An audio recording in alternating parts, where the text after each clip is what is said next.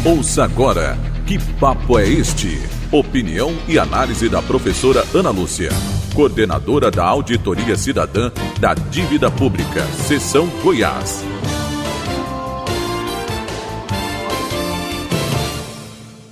Olha, é sobre a população em situação de rua no Brasil, que cresceu 38% entre 2019 e 2022, quando atingiu 281.472 pessoas. Mas isso é uma estimativa que revela o impacto da pandemia nesse segmento populacional, né? É uma estimativa do IPEA, que fez uma pesquisa, né, e divulgou na quarta-feira, no dia 7. Em uma década, de 2012 a 2022, o crescimento desse segmento da população foi de 211%. Trata-se de uma expansão muito superior à da população brasileira, que na última década cresceu 11%. Imagina a diferença, né? A pesquisa avalia que o Brasil precisa evoluir numa contagem censitária mais precisa e efetiva da população em situação de rua. O IPEA lembrou, inclusive, que em 2010 essa população foi incluída no Cadastro Único. Em 2011 passou a ter direito a acesso ao serviço do SUS, Serviço Único de Saúde, né? Mesmo sem comprovante de residência. Em 2012, foi regulamentado o funcionamento dos consultórios de rua. Todas essas ações nos governos do PT. Dados do IBGE mostram que 54% da população brasileira é negra. E a maioria da população em situação de rua, 68% se declara negra.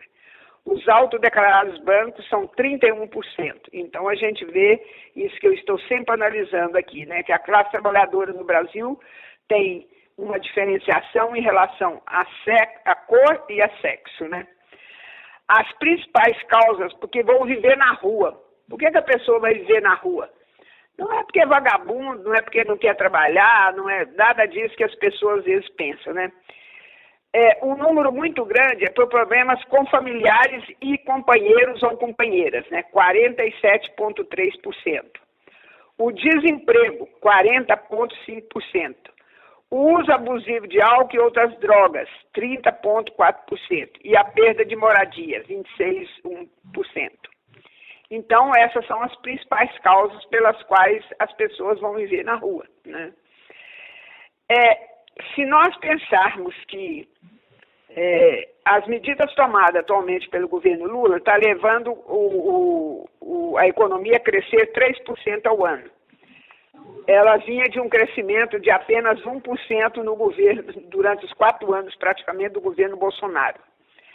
Com isso, a taxa de desemprego caiu em 22 das 27 unidades da federação no segundo trimestre, na comparação com os 3 primeiros meses do ano, que foi também uma pesquisa divulgada pelo IBGE no dia 12. Outros 5 estados registraram estabilidade. Mas a falta de trabalho, ou seja, o desemprego ainda atinge 10 milhões de brasileiros.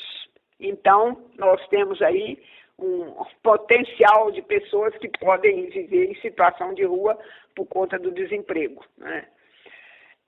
E por que tem aumentado o número de trabalhadores em situação de rua? Karl Marx, que é um filósofo estudioso do sistema capitalista no qual vivemos, diz que quanto mais o capitalismo se desenvolve, mais concentra e centraliza a riqueza de um lado e aumenta a pobreza e a miséria do outro.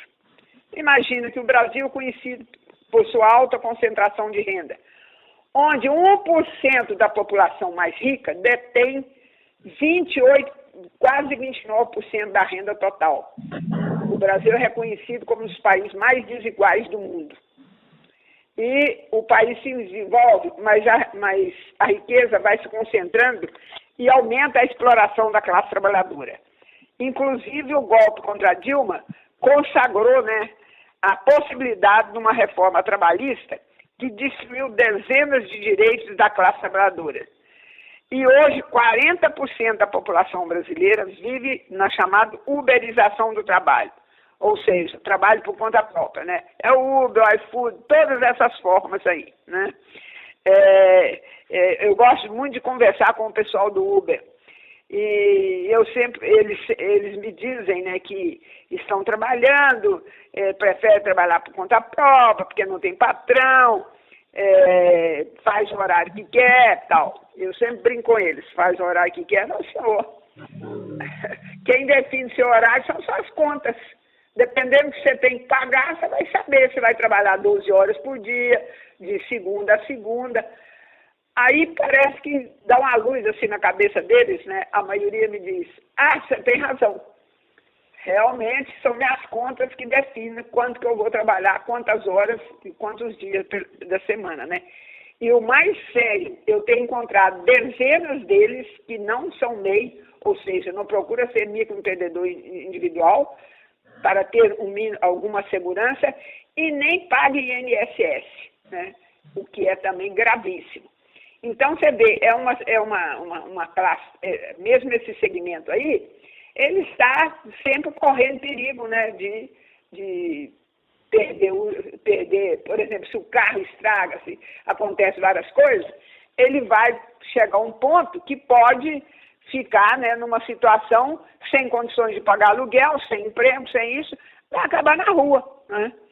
Bom, preocupado com a parte da classe trabalhadora em situação de rua, o presidente Lula lançou dia 11 de dezembro, no Palácio do Planalto, o Plano Ruas Visíveis, que tem investimento inicial de 982 milhões de reais para efetivar a Polícia Nacional para a população em situação de rua. É interessante, eu assisti o lançamento, você tinha presença de dezenas, acho que eram 600 trabalhadores e trabalhadoras em situação de rua no Palácio do Planalto, né? Então, lá vão empresários, lá vão reis, vão rainhas, mas foi também população de rua. A iniciativa ocorreu um dia após a celebração dos 75 anos da Declaração Universal dos Direitos Humanos, né? E que lá na declaração fala da dignidade de toda pessoa e que toda pessoa tem direito a ter moradia, ter emprego, ter acesso à saúde, etc, etc, né?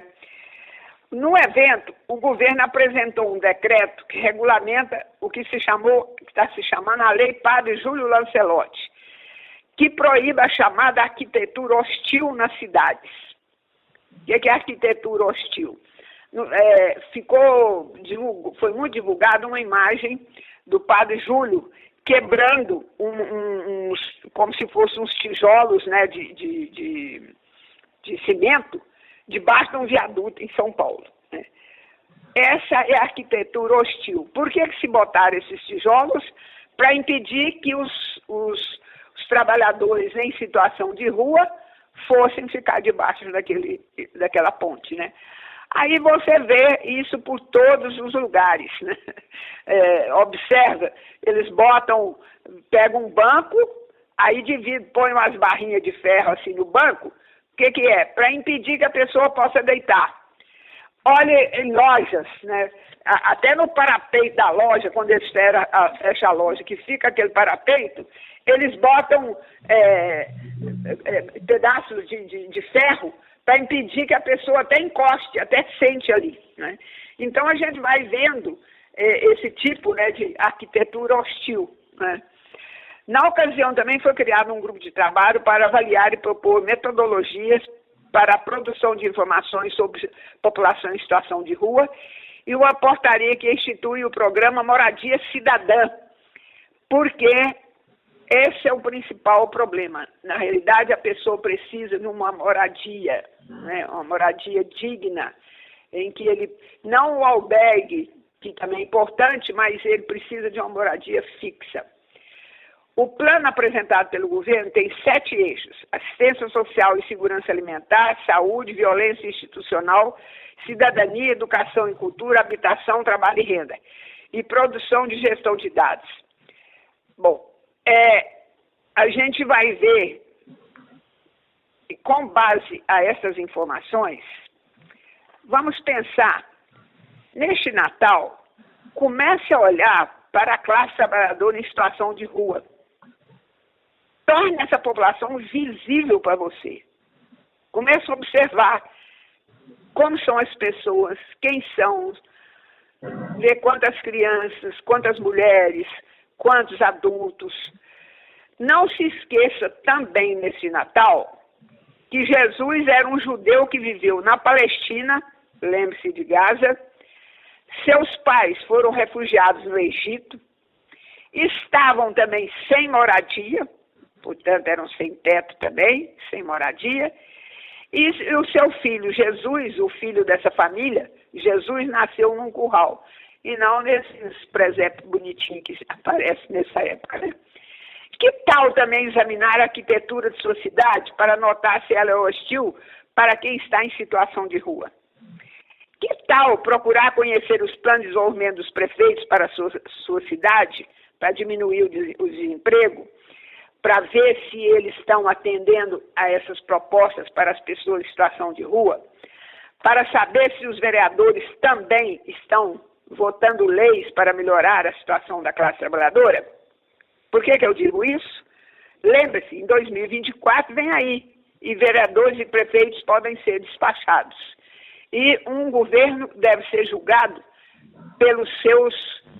pelas ações que toma para desenvolver o país e para melhorar as condições de vida da classe trabalhadora, que é a produtora da riqueza de qualquer país, né? Eu estava vendo o 247, que reproduziu um vídeo de um morador de rua falando da emoção dele ao entrar no Palácio do Planalto, né? Vamos terminar o programa com essa fala, né, desse morador de rua, o que significou para ele entrar no Palácio do Planalto? Oh, que maravilha, estou vendo o presidente de pertinho. Primeira vez que a gente é tratado como gente, a gente que vive na rua. Olha lá o presidente, estou vendo o presidente de perto. Primeira vez que eu vejo o presidente de perto, que bacana. Valeu, gente, muito obrigado.